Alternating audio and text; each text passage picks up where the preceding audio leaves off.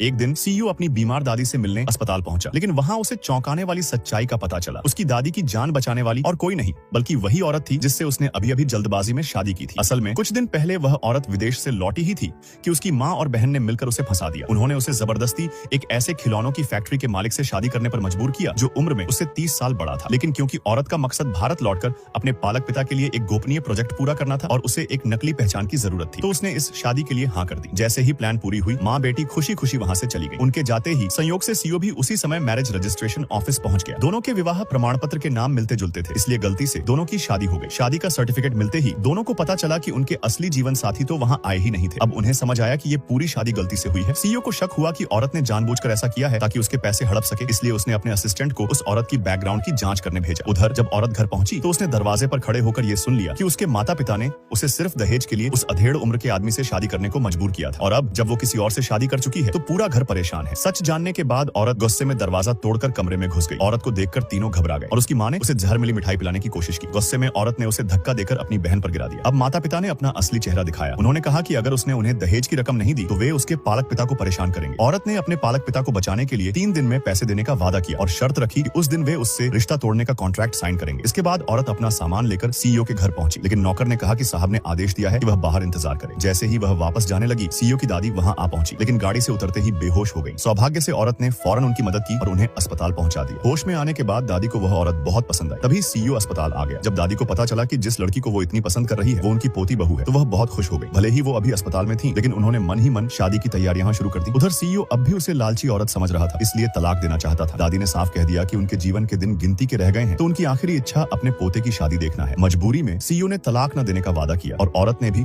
उनकी खुशी के लिए रजामंदी दे दी। दादी तो मानो विजयी हो गई। उन्होंने दोनों को तुरंत घर भेज दिया। उनके सामने दोनों को हाथ में हाथ डालकर घर लौटना पड़ा। घर पहुंचते ही सीईओ ने औरत से कहा कि यह एक एग्रीमेंट मैरिज होगी। उसका काम बहुत व्यस्त है, वह दादी को समय नहीं दे पाएगा, लेकिन दादी उसे बहुत पसंद करती है, इसलिए वह चाहता है कि जब भी जरूरत हो औरत दादी को समय दे और बदले में 1 साल बाद वह उसे 1 करोड़ रुपए देगा। औरत को वैसे भी अपने मिशन के लिए एक झूठी पहचान की जरूरत थी, तो यह डील उसे भी लाभदायक लगी और उसने उस समझौते पर दस्तखत कर दिए।